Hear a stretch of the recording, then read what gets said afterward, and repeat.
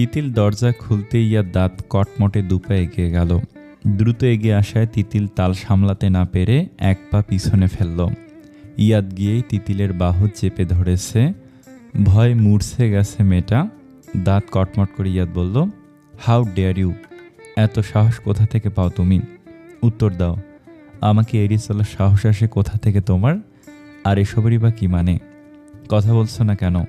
জবাব দাও, মা তোমাকে কি বলে গিয়েছিল? আর তুমি? রাগে কি করবে না করবে ইয়াদ বুঝে উঠতে পারছে না। বাহু ধরে ঝাঁকাতেই তিতিল ব্যথায় মৃদু আর্তনাদ করল। ইয়াদ কপাল কুঁচকে তাকালো তিতিলের দিকে। চোখ মুখ বন্ধ করে আছে মেয়েটা। গালার নাকটাও লাল হয়ে এসেছে। খেয়াল করলো মেয়েটার চোখের কিনারায় এক বিন্দু পানির দেখা মিলেছে। ভেতর থেকে সে যেন ফোপাচ্ছে। ইয়াদ ধ্যান ধরা নয়নে তাকিয়ে আছে ওই মুখ পানে। রাগের মাথায় বাহুতেও সে বেশ জোরসোরে চেপে ধরেছিল বলে হাত ঢিলে করে আনলো, কিন্তু ছাড়ল না। তিতিলের অমন মুখশ্রী তার মনে আঁচড় কাটছে। খুব ভালো লাগছে তাকিয়ে থেকে দেখতে। তিতিল আস্তে আস্তে চোখ খুলে তাকিয়ে যখন দেখল ইয়াদ তার দিকে অদ্ভুত দৃষ্টিতে তাকিয়ে আছে, তখন শুকনো ঢোক গিলল সে। কাপা ঠোঁটগুলি দিয়ে বলল, আমি ব্যথা পাচ্ছি। ইয়াদের কোনো ভাবান্তর হলো না। সে মোহভরা নয়নে দেখছে তিতিলকে। তিতিলের ওই কাজলবিহীন চোখ আর হালকা লাল আভাযুক্ত কাপা ঠোঁটগুলি তাকেই কাঁপন ধরিয়ে দিচ্ছে। ইয়াদ ঘোর লাগানো দৃষ্টি দিয়েছে তিতিলের দিকে। তিতিল ইয়াদের চোখের দিকে তাকালো এলোমেলো দৃষ্টি নিয়ে। বাস্তব দুনিয়ার কিছুই তার মাথায় আসছে না। ইয়াদ কী ভেবে হুট করে নিজের বৃদ্ধাঙ্গুলি দিয়ে তিতিলের ঠোঁট স্পর্শ করল। হঠাৎ সারা শরীর কেঁপে উঠল তিতিলের। ঝটকা দিয়ে সরিয়ে নিল নিজেকে। ধাক্কা দেওয়ায় ইয়াদ এক পা পিছিয়ে গেল। কিন্তু তবুও সে তখনও নিজের ঘোর থেকে ফিরতে পারছিল না। নরম ঠোঁটগুলি তার শিহরণ জাগিয়ে দিয়েছে। এমন অনুভূতি কখনো সে অনুধাবন করেনি। কখনো কোনো মেয়ের ঠোঁট এতটা কাছ থেকে স্পর্শ করা হয়নি তার। নেশাক্ত চোখে তখনও সে তিতিলের দিকে তাকিয়েছিল। দেখতে পেল মেয়েটা খুব ঘাবড়ে গেছে, বিব্রত দেখাচ্ছে তাকে। নিঃশ্বাসের গতি বেড়ে গিয়েছে মেয়েটার। তিতিল তখনও থরথর করে কাঁপছিল। ইয়াদ তাকে শান্ত করতে একটু এগিয়ে যেতেই তিতিল 2 কদম পিছিয়ে গেল। ইয়াদ বলল, ডোন্ট ওয়ারি তিতিল, এতটা ঘাবড়ানোর কিছু নেই। ওকে ওকে, আই এম সরি, শান্ত হও তুমি। তিতিল বিছানার এক কোনায় দাঁড়িয়ে কাঁপছে। ভয়ে নাকি অন্য কিছুতে বুঝতে পারছে না, কিন্তু শরীরটা নিঃশেষ লাগছে। আর চোখে ইয়াদের দিকে তাকিয়ে সামনের চুলগুলি কানে গুজে দিল, কিন্তু কোনো লাভ হলো না। তার রেশমি অবাধ্য চুল নিজের গণ্ডি পেরিয়ে বাহিরে গেল। ইয়াদ দাঁড়িয়ে দেখছিল চুলের কাণ্ড। কি হয়েছে? দুজনেই চমকে উঠল। তাকিয়ে রেহেলা বেগমকে দেখতে পেয়ে ইয়াদকে খানিক ভীতু দেখালো। দুজনেই চুপ করে আছে দেখে তিনি আবার জিজ্ঞেস করলেন, কি হয়েছে ইয়াদ? মা, আমি। ইয়াদের কথা না শুনে রেহেলা বেগম তিতিলের কাছে গেলেন। জিজ্ঞেস করলেন, কি হয়েছে তিতিল? কিরে, তোকে এমন দেখাচ্ছে কেন? তিতিলের কাছ থেকে জবাব না পেয়ে রেহেলা বেগম ছেলেকে বললেন, তুই কিছু করেছিস ওকে? ইয়াদ খুব অবাক হলো মায়ের কথায়। বলল, মা তুমি এসব কি বলছো? আমি কিছু করিনি ওকে, জিজ্ঞেস করো। তিতিল একবার চোখ তুলে ইয়াদের দিকে তাকিয়ে নামিয়ে নিল। নিজেকে শান্ত করে বলল, আম্মা এমনিতে আমার শরীরটা একটু খারাপ লাগছে। ডাক দিবি না কাউকে? ইয়াদ, তুই তো রুমে যা। আজ আমি তিতিলের সাথেই থাকি, কাল থেকে না হয় দুজন একসাথে থাকবি। কেউ কিছু বলল না। মুখ গোমরা করে ইয়াদ বের হয়ে গেল। তিতিল দরজার দিকে ছলছল দৃষ্টিতে তাকিয়ে আছে। কিরে, কি হয়েছে? কিছু না আম্মা, চল ঘুমাতে যাবি। বলে হাসার চেষ্টা করলো তিতিল। তিতিল তখন রান্না করছিল দুপুরের। একটু আগে ইয়াদ বাদে সবাই ব্রেকফাস্ট করে গেল। তিতিল দ্রুত রান্নার কাজ করছে। এমনিতেও এত দেরি হয় না তার, কারণ ফরিদা আন্টি হাতে হাতে সব কাজ করে দেয়। রান্নার সময় সামান্য একটু কাজও যে কতটা সময় বাঁচিয়ে দেয় একজনের, তা যে রান্না করে সেই বোঝে। সব একেবারে তৈরি করে তিতিল রান্না বসালে এতটাও দেরি হয় না তার। চুলায় তরকারি বসানো, নাড়াচাড়া করছিল যেন লেগে না যায়। হঠাৎ কারো কথা একদম চমকে গেছে। পিছন ফিরে তাকিয়ে ইয়াদকে এতটা কাছে দেখে আরও ভয় পেয়ে গেল তিতিল। পিছিয়ে যেতে চাইলে ইয়াদ দ্রুত তার পিঠে হাত রেখে নিজের দিকে এগিয়ে আনে। এই মেয়ে, এতটা কেয়ারলেস কেন কাজে? এখনই তো গায়ে আঙুল লাগতো। তিতিল হা করে তাকিয়ে দেখছে ইয়াদকে। তিতিলের অমন চাউনি দেখে ইয়াদ ঠোঁট টিপে হাসল। তিতিল থতমত খেয়ে খানিক দূরে সরল। ইয়াদ তিতিলের দিকে ছোট ছোট চোখে তাকালো। কোমরে ওড়না পেছানোতে মেয়েটাকে ভয়ঙ্করী সুন্দরী লাগছিল। তিতিল কোমর থেকে ওড়না খুলে মাথা ঢেকে নিল। সাথে সাথে ওই অবাধ্য চুল কানের পাশ থেকে এসে মুখ ঢেকে দিল তার। এবার বিরক্ত হলো ইয়াদ। মেয়ে, তোমার ওই দুষ্টু চুলগুলিকে মন চায় নিজে থেকে সরিয়ে দেই। মেয়ে, তোমার ওই দুষ্টু চুলগুলিকে মন চায় নিজে হাতে সরিয়ে দেই। মনে মনে আড়ালো কথাটা ইয়াদ। হাত দিয়ে সরিয়ে দিতে মন চাইলেও সে তা করল না। তিতিল আবার কীভাবে বসবে? কাল ঘরে ঠোঁটে স্পর্শ করতেই মেয়ের শরীরে কি কাঁপুনি। ইয়াদ এক পা এগিয়ে গিয়ে খানিক নুয়ে গেল। ফু দিয়ে তিতিলের মুখ থেকে চুলগুলি সরিয়ে দিল। তিতিল সাথে সাথে চোখ বন্ধ করে ওড়না খামছে ধরল। থেমে থেমে হৃৎপিণ্ড শব্দ করছে। ভেতরে রুডু করা এক অনুভূতি হচ্ছে তার। সাথে সাথে চোখে হাত দিল হিমা। আঙ্গুল ফাঁক করে আবার দেখল ইয়াদ আর তিতিলকে। মুখে হাসি ফুটে উঠেছে তার। রোমান্টিক সিন দেখলেই তার কেমন যেন লাগে। রোমান্টিক সব মুভি মনে হয় তার দেখা। হিমা, ভাই আর ভাবির এমন সিন দেখে মিস করতে চাইছে না। সে আঙ্গুল আর একটু ফাঁক করলো সবটা দেখার সুবিধার্থে। হঠাৎ মাথায় চর পড়ায় ভূত দেখার মতো চমকে উঠল মাকে দেখে। কিছু না বলে ভো করে দৌড় দিল। নিচে তাকিয়ে রান্নাঘরে ইয়াদ আর তিতিলকে একসাথে দেখে মুচকি হেসে তিনিও চলে গেলেন। মনে মনে আল্লাহর কাছে দোয়া করলেন ইয়াদের মনে যেন তিতিলের জন্য ভালোবাসা জন্ম হয়। রাতের খাবার সময় ইয়াদ ফোন দেখতে দেখতে নিচে এলো। খাবার দেখে বলল, মা, আমি চিকেন স্যুপ আর লাচ্ছি খাবো। পাশ থেকে ইনা বলে উঠল, কিন্তু ভাই ওগুলি তো। আপু, আমার খেতে ইচ্ছা লাগছে। অবশেষে তিতিলকে রান্নাঘরে যেতে হলো স্যুপ আর লাচ্ছি বানাতে। ইয়াদ তখন ফোনে মুখ রেখেই বলল, মা, রান্না শেষ হলে ওগুলি আমার রুমে দিয়ে আসতে বলো, আমার কাজ আছে। ঠিক আছে, তুই যা, তিতিল তোর রুমে দিয়ে আসবে। ইয়াদ চুপচাপ চলে গেল। সিঁড়ির শেষ মাথায় গিয়ে ইয়াদ ঘাড় ঘুরিয়ে নিচে তাকালো। তিতিল তখন গোস্ত সিদ্ধ করতে ব্যস্ত। ইয়াদ বাঁকা হাসলো, মনে মনে বিড়বিড় করে বলল, আজ দেখাবো আমার থেকে কি করে পালাও তুমি। বিশাল চিন্তায় গুটিয়ে গেছে তিতিল। ফরিদা আন্টি তো রাতে বাসায় চলে যায়, এখন কাকে দিয়ে পাঠাবে এগুলি। চিন্তিত মুখে গরম স্যুপ আর লাচ্ছি নিয়ে টেবিলে বসে আছে তিতিল। কেন যেন ইয়াদের বড্ড হাসি পাচ্ছে। উপরে এক কোনায় দাঁড়িয়ে উকি দিচ্ছিল সে।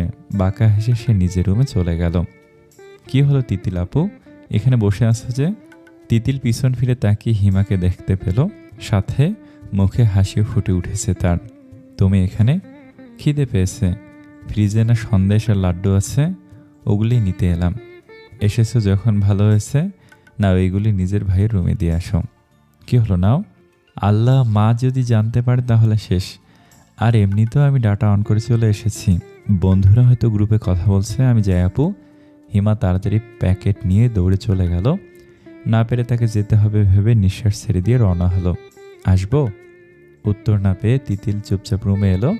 ইয়াদ তখন ল্যাপটপে মুখ গুজে আছে। আর চোখে তাকিয়ে দেখতে পেল তিতিল মাথা নিচু করে খাবারগুলি রেখে চলে যেতে লাগলো। তখন সে ডাক দিল, যাচ্ছ কোথায়? থমকে দাঁড়ালো তিতিল। ঠোঁট উল্টে দিয়ে আবার পা বাড়াতেই শোনা গেল, তিতিল, আমি তোমায় বলছি। তিতিল আগের মতোই উল্টো পিঠে দাঁড়িয়ে জিজ্ঞেস করলো, আপনার আর কিছু লাগবে?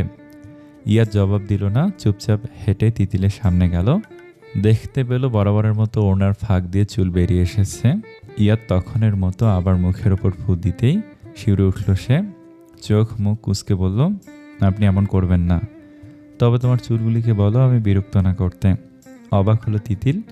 ভুরুকুটি করে জিজ্ঞেস করলো, আমার চুল আপনাকে কখন বিরক্ত করলো? সবসময় করে। মানে? মানে চোখ মুখ ঢেকে রাখে তোমার, তাতে আপনার কি? আমার অসুবিধা হয় যে।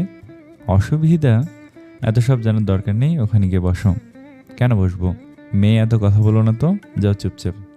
তিতিল চুপচাপ ফুসকি দৌড়ে রুম থেকে বের হয়ে গেল। হতবাক হয়েছে ইয়াদ। সে ভেবেছিল তিতিল তার কথা মতো বসবে, তা না করে, আচ্ছা বদমাশ মেয়ে তো, তোমাকে পরে দেখছি মেয়ে।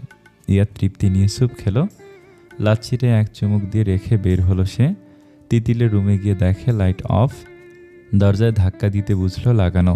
দরজাটা ভালোই ভালোই খোলো তিতিল। তিতিল, তুমি কি কানে কম শুনতে পাও? যখনই কথা বলি শুনতে পাও না? ঠোঁট টিপে হাসলো তিতিল। শুয়ে চুপচাপ আছে যেন অপর মানুষটা বুঝতে পারে সে ঘুমিয়ে গেছে। ইয়াদ জোরসে ধাক্কা দিল কয়েকবার। কি ভেবেছ? আমি কি জানি না তুমি ইচ্ছে করে এমন করছো? দরজা খোলো, না হলে দরজা ভেঙে ফেলবো সত্যি। ও, তুমি এভাবে শুনবে না তাই তো? মাকে কি ডাক দেব? রাগ হলো তিতিলের। ব্ল্যাকমেল করছে তাকে, নিজে পারছে না বলে অন্যজনের ভয় দেখাচ্ছে। দাঁত কটমটে তিতিল লাইট অন করে দরজা খুলল। মাথায় ওড়নাটা টেনে একপাশে গিয়ে দাঁড়ালো কঠিন মুখে। ইয়াদ ভুরু উঁচু করে রুমের ভেতরে গেল। এদিক ওদিক তাকিয়ে তিতিলের বিছানায় গিয়ে আসে বসলো। তিতিল এক পলক তাকিয়ে চোখ সরিয়ে আনলো।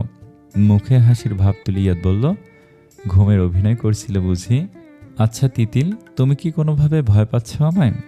আপনাকে ভয় পেতে বইয়ে গেছে আমার। ও রিয়েলি? তো কাল একটু ধরতেই তো থরথর করে কাঁপছিলে, সেটা কি ছিল ডেয়ার? তিতিল বেশ ইতস্তত বোধ করছে। লজ্জা করা এক অবস্থায় পৌঁছে গেছে, মাথা নিচু করে দাঁড়িয়ে আছে সে। কি হলো তিতিল বেবি? মুখে তালা লেগে গেছে যে। আপনি এখন যান। না, যাব না ভাবছি। তিতিল ভুরু কুঞ্চন করে তাকালো তার পানে। ইয়াদ হেসে জবাব দিল, তুমি তো আমার রুমে যাবে না, তাই আমি না হয় তোমার রুমে থাকলাম, এতে আর কি হবে? দেখুন। হ্যাঁ বলো, কি দেখব? তিতিলের মেজাজ খারাপ হচ্ছে, দাঁতে দাঁত চেপে হাত কসলাচ্ছে। ইয়াদ মুচকি হাসলো, বলল, পুরো টমেটো না, স্ট্রবেরি হয়ে গেছো। তিতিলের রাগ আরও বাড়তে থাকে, গালগুলি কেমন ফুটে উঠেছে। হ্যাঁ, আর একটু রাগও। কেমন তিতিল? ইস, গালগুলিকে এভাবে ছুঁয়ে দিতে মন চাইছে। দুই হাত তুলে ইয়াদ বিছানা থেকে তার দিকে এগিয়ে যেতে তিতিল খানিক সরে গেল। শক্ত গলায় বলল, একদম আমার কাছে এসে আমাকে ছোঁয়ার চেষ্টা করবেন না, ভালো হবে না তো। তো কি হবে? কি হলো তিতিল, তোমায় ছুঁয়ে দিলে কি হবে? কারেন্ট লেগে যাবে বুঝি? এই পিচ্ছি শরীরে যে কারেন্ট ধরলে আমি শকড হয়ে যাই। দেখুন। হ্যাঁ দেখছি তো, তোমায় বলো। ইয়াদের এই হেলাফেলা ভাব তিতিলে সহ্য হচ্ছে না। সে বলল, আপনার সাথে আমার কিছুদিন পর ডিভোর্স হয়ে যাবে, তাই আমাকে আপনি ছোঁয়ার চেষ্টা করবেন না। কিছুক্ষণ পার হয়ে গেল, কোনো প্রতিক্রিয়া না দেখে তিতিল মাথা তুলে তাকালো। ইয়া তার দিকে তাকিয়ে আছে, চোখগুলি ছোট ছোট করে। ঠোঁটের একটা পাশ প্রসারিত হয়ে আছে তার। তিতিল ওই চোখের চাহনিতে স্থির থাকতে পারছিল না। চোখ নামিয়ে নিল সে। ইয়া তিতিলকে দেখে হুট করেই তার কোমর পেঁচিয়ে নিজের কাছে নিয়ে এলো। তিতিল বিস্ময়ে চোখে তাকালো ইয়াদের চোখের দিকে। সারানোর অল্প চেষ্টাও করেছে সে, কিন্তু এতে ইয়াদ তাকে আরেক ধাপ কাছে নিয়ে এলো টেনে। তিতিলের শরীর হিম হতে শুরু করেছে। ইয়ার তার কোমর শক্ত করে চেপে ধরে চোখের মাঝখানের হালকা কালো মনির দিকে তাকিয়ে সাপের মতো শীষ বাজিয়ে বলল, শ্। তিতিল নড়াচড়া বন্ধ করে দিয়েছে। শরীরে এক বিন্দু শক্তি পাচ্ছে না সে। ডিভোর্স এখনো হয়নি তিতিল, হলে তারপর। তিতিল তখনও এলোমেলো চোখে তাকিয়ে আছে ইয়াদের চোখে।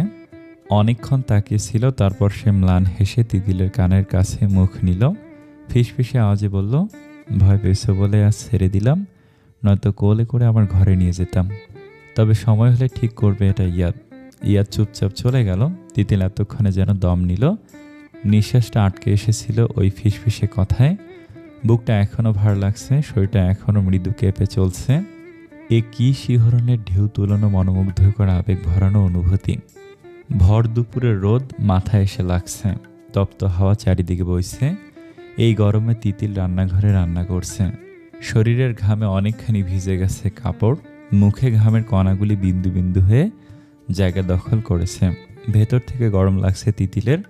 ফ্রিজ থেকে পানি খেয়ে পিছনে ঘুরতে দেখতে পেল ইয়াদকে। তার মুখে এখনও পানিটা রয়ে গেছে। ইয়াদ নেশাক্ত চোখে তাকিয়ে আছে তার দিকে। কোমরে ওড়না পেঁচানো, চুলগুলি উপরে কাঁকড়া দিয়ে বাঁধা। সামনের কিছু চুল এলোমেলো হয়ে রয়েছে। ইয়াদের যেটায় চোখ বেশি পড়ছে তা ওই ঘামযুক্ত মুখ। মুখ তখনও লাড্ডুর মতো ফুলেছিল মেয়ের। ইয়াদ মুচকি হেসে ফেলল। তিতিল ঢোক গিলল, ঠোঁট উল্টে চুলার কাছে গেল। ইয়াদ আর রেহেলা বেগম সোফা এসে বসেছেন। গরমে নাজেহাল অবস্থা, মুখ দেখেই বোঝা যাচ্ছে। রেহেলা বেগম বললেন, ইয়াদ, ফ্রিজ থেকে একটু ঠান্ডা পানি আন বাবা, কলিজা শুকিয়ে যাচ্ছে গরমে। আল্লাহ মরার পর কি করে সহ্য করবো এত গরম যখন সূর্য থাকবে মাথার উপরে। ইয়াদ এগিয়ে গেল কিচেনের দিকে। ঘাড় ঘুরিয়ে দেখল তিতিলকে। তিতিল একবার তাকিয়ে আবার রান্নায় চোখ দিয়ে তরকারি নাড়তে লাগলো। ইয়াদ ফ্রিজ থেকে পানি নামালে তিতিল নিজের জায়গায় দাঁড়িয়েই বলল, আম্মা আপনাকে কি শরবত করে দেব? তিতিলের ব্যস্ততার কারণে তিনি বলেননি, কিন্তু শরবতটা খেলে আত্মা জুড়াতো ওনার। বললেন, দিলে ভালো হয় রে মা। আপনি বসেন, আমি করে নিয়ে আসছি। ইয়াদ ফিসফিস করে বলল, তোমার হাতে ঠান্ডা শরবত খেয়ে আমার মনকেও তৃপ্ত কর প্রিয়। মুখ ভেঙছে তিতিল ফ্রিজ থেকে পানি আর লেবু নিল। ইয়াদ মুস্কি হেসে চলে গেল ড্রয়িং রুমে। আন্টি দেখো তরকারিটা যেন লেগে না যায়, নাড়াচাড়া দিও। ফরিদা আন্টিকে একথা বলে তিতিল শরবত বানাতে চলে গেল। নর্মাল ফ্রিজের পানির সাথে তিতিল অনেকটা লেবুর রস নিয়েছে। বেশি গরমে লেবুর শরবতটাই ভালো লাগবে। অল্প চিনি আর বক্স থেকে টেস্টি স্যালাইন নিল সে।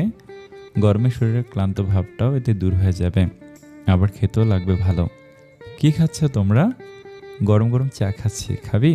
এই গরম তোমরা চা খাচ্ছ ভাইয়া? গরম কোথায়, ঠান্ডায় ভাসছি আমরা। হিমা ভাইয়ের কথার মানে বুঝে ঠোঁট মোচড়ালো। তিতিলকে বলল, তিতিল আপু কী বানাচ্ছ? লাচ্ছি? তোর ভাবি শরবত বানাচ্ছে। হিমাকে এভাবে তাকিয়ে থাকতে দেখে কপাল কুঁচকাল ইয়াদ। তিতিলের দিকে চেয়ে দেখল তিতিল শরবত রেখে তার দিকে গোল চোখে তাকিয়ে আছে। ইয়াদ পাশ ফিরে মায়ের মুখ দেখল। তিনি এতক্ষণ মুচকি হাসছিলেন ছেলের তাকানো দেখে, এবার শব্দ করে হাসলেন। হিমাও নীরবে হাসছে। তিতিল বেশ লজ্জার মুখে পড়ে গেছে। লোকটা তাকে পদে পদে এমন বিব্রতকর অবস্থায় ফেলে দিচ্ছে। ইয়াদ হাসার চেষ্টা করলো মায়ের দিকে তাকিয়ে, তারপর মাথা চুলকালো। ইনাও দুপুরে খাওয়ার জন্য চলে আসে। কি হয়েছে এখানে? সবাই এখানে যে? কি হবে আপু, সবাই তিতিল আপুর লেবুর স্পেশাল শরবত খাওয়ার জন্য বসে আছি। তাহলে তো ভালোই হয়। আজ এত তাড়াতাড়ি চলে এলি যে? বললেন রেহালা বেগম। যা গরম, আর টিকে থাকা যায় না। ঠিকই বলেছিস। তিতিল তোর হলো? হ্যাঁ আম্মা, হয়ে গেছে। তিতিল শরবত নিয়ে ড্রয়িং রুমে গেল। সবাইকে দেওয়ার পর গ্লাস নিয়ে ইয়াদের কাছে গেল। মিষ্টি করে হাসল ইয়াদ। তিতিল সবটা আবেগ ঝেড়ে দিয়ে সে হাসির দিকে তাকালো এক পলক। সময় দীর্ঘস্থায়ী করার পূর্বেই চোখ নামিয়ে নিল সে। তীক্ষ্ণ চোখে তাদের দেখল ইনা। তারপর তার মা বলে উঠলেন, কিরে ইনা, শরবত হাতে কি ভাবছিস? বলতে চেয়েও ইনা কথা ঘুরিয়ে বলল, কিছু না মা, খাও। শরবত খেয়ে সবাই বেশ প্রশংসা করলো তিতিলের। তোমার হাতের ওই শরবত তো আমি কনকনে ঠান্ডাতেও খেতে পারবো তিতিল। তবু হৃদয়ে আমার উষ্ণই থাকবে ততক্ষণ, যতক্ষণ তোমাকে জয় করতে না পারি। কিরে ইয়াদ, কি বিড়বিড় করছিস? ঘোর কাটলো তার, জবাব দিল, কিছু না মা, আমার একটা কথা ছিল। কি কথা? কিরে ভাই বল। আমি ভেবেছি আজ ডিনারটা বাইরে করব। বাইরে মানে? কপাল কুঁচকে বললেন রেহালা বেগম। কোন একটা রেস্টুরেন্টে। ইয়াদ কথা শেষ করতেই হিমা লাফিয়ে উঠল। চঞ্চলতায় ভরপুর এই মেয়েটা বাইরের খাওয়ার কথা উঠলেই হাতে চাঁদ সূর্য পেয়ে বসে। সত্যি ভাইয়া, আজ তুমি আমাদের রেস্টুরেন্টে নিয়ে যাবে? ইয়াদ তিতিলের দিকে তাকিয়ে বলল, হ্যাঁ সবাই যাবে। ইয়ে কি মজা। ইনা বলল, তোর টাকার ট্রিট? হ্যাঁ আপু। সে আবার জিজ্ঞেস করলো, কি উপলক্ষে? ইয়াদ তিতিলের দিকে তাকালো। তিতিল উত্তর শোনার জন্য তার দিকে তাকিয়েছিল। চোখে চোখ পড়তেই মুখের গঠন কঠিন করে ইনার দিকে তাকালো। ব্যাস এমনি, সবাই রাতে তৈরি থেকো। তিতিল একটু চুপ করে বলল, আম্মা আমি কোথাও যাব না। কেন রে তিতিল? সবাই মিলে যাব, ভালোই লাগবে। এমনি যাব না আম্মা, আর আমার শরীরটাও ভালো লাগছে না। তোমাকে একা রেখে যাব কি করে আমরা? ইনার কথায় তিতিল জবাব দিল, কিছু হবে না আপু, তোমরা যাও। হিমা বলল, কেন যাবে না আপু, তুমিও চলো না। আমি যাব না, তোমরা যাও হিমা। ইয়াদ শক্ত কণ্ঠে বলল, সবাই এত করে বলার পরেও তুমি শুনবে না তিতিল? সে জবাব দিল না ইয়াদের কথায়। শাশুড়ির দিকে তাকে বলল, আম্মা আমার মনে হয় আপনার ছেলের এইটুকু খেয়াল নেই যে আজ একটু বেশি গরম। এই অবস্থায় বাইরের খাবার খেলে আরও খারাপ করতে পারে। আজ না গেলেই ভালো হয়। সবাই কিছুক্ষণ চুপ থাকলো। রেহেলা বেগম বললেন, তিতিল ঠিক কথাই বলেছে, আজ না কাল সবাই মিলে যাব। ইনাও রাজি হলো এতে। হিমা আর ইয়াদের মুখ শুকিয়ে গেছে। হিমা মন খারাপ করে উপরে চলে গেল। তিতিল চুপচাপ দাঁড়িয়ে ভাবতে বসেছে, আজ তো বললাম শরীর খারাপ, কাল কি বলে আটকাবো? দূর একটা কিছু বলে সামলে নেব না হয়। ইনা ফ্রেশ হওয়ার জন্য উপরে গেল। ধীর পায়ে রেহেলা বেগমও গেলেন গোসল করতে। ছেলে নিচে এনেছিল বলে এসেছেন, নয়তো উপরেই থাকতেন তিনি। আর উপরে যে গরম। সবাই চলে গেলে ড্রয়িং রুমে তিতিল আর ইয়াদ। ইয়াদ বসে আছে সোফায়, আর তিতিল কি যেন ভাবছে। এটা একদম ঠিক হয়নি। তিতিল তাকালো ইয়াদের দিকে। ইয়াদের মুখের গতি দেখে হাসি পাচ্ছে তার বড্ড। ঠোঁট চেপে রেখেছে চেষ্টায়। ইচ্ছে করছে তোমায় এখন ওই রোদে নিয়ে হাঁটাই। তিতিলের আরও হাসি পেল। হাসি চেপে রাখতে না পেরে তিতিল রান্নাঘরের দিকে এগিয়ে গেল। যার আগেই পিছন ফিরে তাকালো একবার। ঠোঁট টিপে হেসে আবার ঘুরে গেল সে। আহাম্মক হয়ে দাঁড়িয়ে আছে ইয়াদ। মাথায় কিছুই আসছেই না। ওইটুকু একটা মেয়ে তাকে নির্বোধ বানিয়ে চলে গেল। মুখ খানিক হাঁ হয়ে আছে ইয়াদের, চোখে বিস্ময় উপসে পড়ছে। রাতের খাওয়া শেষ করে তিতিল বাকি কাজ সেরে নিল। ইয়াদ তখন ফ্রিজ থেকে পানির বোতল নিয়ে নিজের ঘরের দিকে চলে গেছে। তিতিল কপাল কুঁচকে তাকিয়েছিল ওর দিকে, কেমন করে তাকাচ্ছিল তার দিকে। ঠোঁট উল্টে মুখ ভেঙছে তিতিল বাকি তরকারি নরমালে রেখে দিল। মাঝরাতে তার বড্ড খিদে লাগে, তখন বিস্কুট খেলে গ্যাস হয়। মিষ্টি জিনিসটা তার ছোটবেলা থেকেই ভালো লাগে। আবার ফ্রিজ খুলে মিষ্টি দেখে মুচকে হাসলো তিতিল। 2টা সন্দেশ, একটা মিষ্টি আর ফ্রিজের পানি নিয়ে তিতিল রুমে গেল। এইটুকুতেই পেট ভরে যাবে তার। খিদে থাকলে তার ঘুম হয় না রাতে। আবার হেসে তিতিল ঘরে এলো। হন্তদন্ত হয়ে দরজা বন্ধ করে পিছন ফিরতেই তিতিল চমকে গেল। শুকনো ঢোক গিলে তিতিল বিস্ময়কর দৃষ্টিতে তাকিয়ে আছে নিষ্পলক চোখে। লোকটা তার সামনে এলেই হৃৎপিণ্ডের স্পন্দন বেড়ে যায় কেমন। কাঁপন ধরে শরীরে, ভেতরে সহস্র অনুভূতিগুলি এলোমেলো হয়ে খেলতে শুরু করে। ইয়াদকে বিছানায় আধাশো অবস্থায় দেখে আবারও শুকনো ঢোক গিলে ইয়াদের দিকে তাকালো তিতিল। ভেতরটা পানির পিপাসায় চৌচির হয়ে আছে। কথায় আছে, যেখানে বাঘের ভয় সেখানেই সন্দেহ হয়। তিতিলকে অবাক করার চোখে ওভাবে তাকিয়ে থাকতে দেখে ইয়াদ মুচকি হাসলো। কপাল কুঁচকে এসেছে এতে। আপনি এখানে কেন? তুমি এখানে তাই? চলো। কোথায়? গেলেই দেখতে পাবে। দেখার দরকার নেই আমার কিছু, আপনি যান। কি হলো, যান? তুমি যেমনটা বলবে। ইয়াদ চুপচাপ দরজার কাছে এসে দাঁড়ালো। এক পা দরজার ভেতরে, অন্য পা বাহিরে ফেলতেই তিতিল দরজা লাগাতে গেল। তিতিলের দুর্ভাগ্য, দরজা লাগানোর আগে আবার ইয়াদ হাত দিয়ে আটকালো তার দিকে খানিক ঝুঁকে বলল, আমি কি একা যাব? ইয়াদকে বেশ পছন্দ হলেও তার হেলাফেলা ভাব তিতিল কেন যেন মেনে নিতে পারে না। চোখ মুখ শক্ত করে বলল, একাই যাবেন না তো আমি যাব নাকি? ইয়াদ আবার ভেতরে ঢুকলো। কোমর পেঁচিয়ে তিতিলকে নিজের সাথে চেপে ধরল। তিতিল নিজেকে ছাড়াতে নড়াচড়া শুরু করে দিয়েছে। পাখির বাচ্চার মতো ছটফট না করে একটু শান্ত হও না প্রিয়, ছাড়ুন আমাকে। ওয়েট। তিতিলকে ছেড়ে দিল সে। তিতিল পা পিছিয়ে যেতে চাইলে তার আগে ইয়াদ তাকে কোলে তুলে নিল। এবার তিতিল গলা কাটা মুরগির মতো দাপাতে লাগলো। ইয়াদ মুচকি হেসে বলল, মেয়ে বেশি ছটফট করবে তো ধবাস করে নিচে ফেলে দেব। দিন না করছে কে, ছাড়ুন আমাকে। এই তুমি কি পুতুল? লাফানো রেখে তিতিল অবাক হয়ে তাকালো ইয়াদের দিকে। নাকি তুলো দিয়ে গড়া? এত পাতলা কেন তুমি? কিছু নিয়েছি কিনা সেটাই তো বুঝতে পারছি না। যাক, এখন থেকে তোমাকে কোলে নিয়ে এক্সারসাইজ করা যাবে। আচ্ছা, 40 কেজি হবে তো? তিতিলের রাগ হলো, দাঁত কিটে হাত পা ছুটতে লাগলো আবার ছোটার জন্য। ইয়াদ একদম নিজের রুমে গিয়ে থামালো। তিতিলকে কোল থেকে নামিয়ে দিয়ে গিয়ে দরজা লক করলো। রাগে তিতিল বলল, আপনি আমাকে এখানে আনলেন কেন? চুপ করে থাকবেন না, বলুন। থাকার জন্য এনেছি। আমি এখানে থাকতে চাই না। কারণ জানতে চাই? কোনো কারণ নেই, আমাকে যেতে দিন। সব কিছুরই কারণ থাকে, সব বলো। আপনি সবটাই জানেন। কি জানি? তিতিলের এবার খুব রাগ হতে লাগলো। জোর গলা চোখ বন্ধ করে বলল, আমাকে এখান থেকে যেতে দিন। কিছুক্ষণ ঘরটা শুনশান নীরব ছিল। তিতিল যখন বুঝতে পারলো এতটাও জোরে কথা বলা ঠিক নয়, তখন নিস্তেজ গলায় বলল, দেখুন আপনি। তিতিলকে থামিয়ে দিয়ে ইয়াদ শান্ত গলায় বলল, তিতিল, এই ঘরে থাকতে তোমার প্রবলেম কি? প্রবলেম আছে, যেতে দিন। ইয়াদ ছলছল চোখে তাকিয়ে আছে তিতিলের দিকে। ইয়াদকে এভাবে দেখে তিতিলের বড্ড কষ্ট লাগছে, নিজেকে সামলাতে পারছে না। কি করা উচিত তাও বুঝতে পারছে না। মন আর বিবেক দ্বিধা দ্বন্দ্বে আছে। দাঁত চেপে তিতিল নিজেকে শক্ত করার চেষ্টা করলো। আমরা এক ঘরে থাকলে মা খুশি হবে। আর তিতিল এবার তাচ্ছিল্যে সুরে হাসলো, বলল, আমার খুশি? কোথায় ছিল আপনার মায়ের খুশি তখন, যখন নিজের পছন্দের ছেলেকে বিয়ে করালো, অথচ ছেলে 2 দিন যেতে না যেতেই বিদেশ চলে গিয়েছিল বউ রেখে? কোথায় ছিল তখন খুশি? এখন কথা বলুন।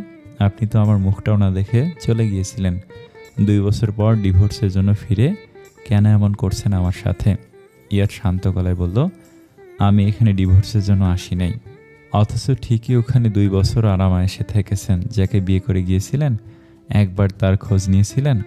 আরে আপনার তো মনেই ছিল না বিয়ের কথা, ঠিক বলছি না?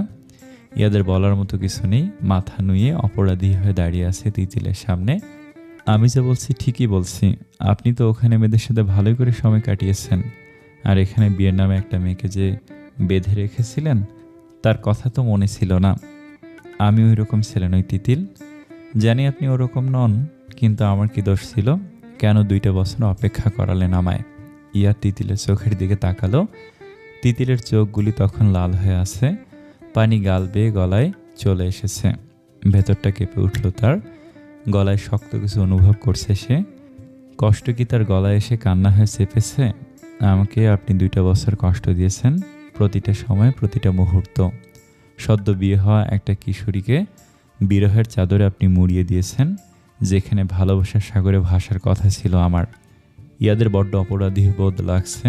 এভাবে আগে কখনো না ভাবলেও তিতিলের কথাগুলি বুকে বানের মতো লাগছিল। বুকটা কেমন ওজন পাথর চেপে বসেছে। ঢোক গিলতে বাধাপ্রাপ্ত হচ্ছে ইয়াদ। চোখগুলি লাল হয়ে উঠেছে তার। 2 বছর পর কেন আমার প্রতি এতটা দরদ বেড়ে গেল আপনার? আমার সৌন্দর্য দেখে নাকি দেহের জন্য? দুনিয়ার সবচেয়ে নিচু মানুষ মনে হচ্ছে নিজের কাছে ইয়াদের এই মুহূর্তে। চোখ বন্ধ করে নিয়েছে সে, যেন কেউ একদলা থুতু ছিটিয়ে দিয়েছে তার ওপর। তাকাতে পর্যন্ত পারছে না ছেলেটা। ঘৃণায় দলা পাকিয়ে গেছে একদম। আজ আমাকে যদি অসুন্দর দেখতেন, কালো দেখতেন, তখন কি করতেন আপনি? ছেড়ে দিতেন না? এক মুহূর্ত সহ্য করতেন আমাকে? ইয়াদ তাকালো তিতিলের দিকে, চোখের পাতা কাঁপছে তার। চুপ করে আছেন কেন? বলুন আমি সত্যি বলছি কিনা। ইয়াদ লাল লাল চোখ নিয়ে তিতিলের বাহু চেপে নিজের কাছে আনলো। তিতিল তাকালো তার দিকে। টকটকে লাল চোখগুলি দেখে আটকে উঠল তিতিল। কপাল কুঁচকে তাকিয়ে রয়েছে চোখগুলির দিকে। সরু লাল লাল রগগুলিও যেন ভেসে উঠেছে ইয়াদের। ঠোঁট কাঁপতে লাগলো ইয়াদের। এলোমেলো চোখে তিতিলের দিকে তাকালো। কাঁপা ঠোঁট আর ঘোর লাগানো কণ্ঠে বলল, আমরা সবাই সৌন্দর্যের পাগল, তবে কারো চোখের সৌন্দর্য ভিন্ন রকম হয়। এক একজনের চোখে এক এক ধরনের মানুষের সৌন্দর্যের মুগ্ধতা থাকে। সত্যি এটাই, 98% মানুষই সৌন্দর্য দেখে মুগ্ধ হয়ে একটা মানুষের দিকে ঝুঁকে পড়ে। তাই বলে এই নয় যে সৌন্দর্যের কারণে এমনটা হয়, কিংবা দেহের। ভালো লাগা থেকেই শুরু হয় ভালোবাসা। এতে অস্বীকার করার বিন্দু মাত্র অবকাশ নেই। কেউ যদি বলে আমি সৌন্দর্য নয়, মানুষ দেখে ভালোবাসি, তবে ওটা নিহাতি তার মুখোশের আড়ালে ভালো মানুষই কিংবা বোকামি। এই ভালো লাগা একসময় সমুদ্রের গভীরের চেয়ে বিশাল অনুভূতি সৃষ্টি করে একটা মানুষের অন্য একটা মানুষের প্রতি। আর সেই অনুভূতিগুলি তখন তাকে জানান দেয়, হ্যাঁ ওই মানুষটাই তোমার, তুমি ওকেই চাও। তখন ওটাকেই মানুষ ভালোবাসা বলে দাবি করে। তবে শুরু ওই মুগ্ধতা থেকেই হয়। অনুভূতির ঘরে তখন ভালোবাসা ঠাঁই মেরে বসে তিতিল। কাঁপা ঠোঁটগুলি নিয়ে ইয়াদ তখন তিতিলের 2 গালের পাশে হাত রাখলো। তিতিল তখনও মুগ্ধতা নিয়ে মানুষটাকে দেখছে। এই মানুষটাকে নিয়ে অনুভূতির কি শেষ আছে তার? একদিনে তো বাদ নেই যে সেই লোকের আশা স্বপ্ন দেখেনি, একটাবার লোকটার আলিঙ্গন পাওয়ার প্রয়াস করা হয়নি। এমন তো একটা দিনও নেই তিতিলের। চোখ দিয়ে টপটপ করে পানি পড়ছে। তিতিল তোমাকে আমি পছন্দ করি, এটা সত্যি। তাই বলে যে ইয়াদের গলা ধরে আসছে এবার। লাল লাল চোখগুলি দিয়ে এবার টুপ করে পানি পড়েই গেল। বুকটা একদম কেঁপে উঠেছে তিতিলের ওই এক বিন্দু চোখের পানি দেখে। ইয়াদ সাথে সাথে তিতিলকে ছেড়ে দিয়ে উল্টো পিঠে দাঁড়ালো। নিজেকে সংযত করার চেষ্টা করে বৃদ্ধাঙ্গুলি দিয়ে চোখের পানিটা মুছে নিল। কান্না ভরা কণ্ঠ নিয়ে ধীরে ধীরে বলল, বেডে গিয়ে শুয়ে পড়ো, আমি না সোফায় থাকবো। তাতে তোমার প্রবলেম হলে ব্যালকনিতে কাটিয়ে দিতে পারবো। রাত জেগো না, শুয়ে পড়ো। কথাটা শেষ করে 1 সেকেন্ড ইয়াদ ওখানে দাঁড়ায়নি। যত দ্রুত সম্ভব সে জায়গা ত্যাগ করে ব্যালকনিতে স্থান নিল।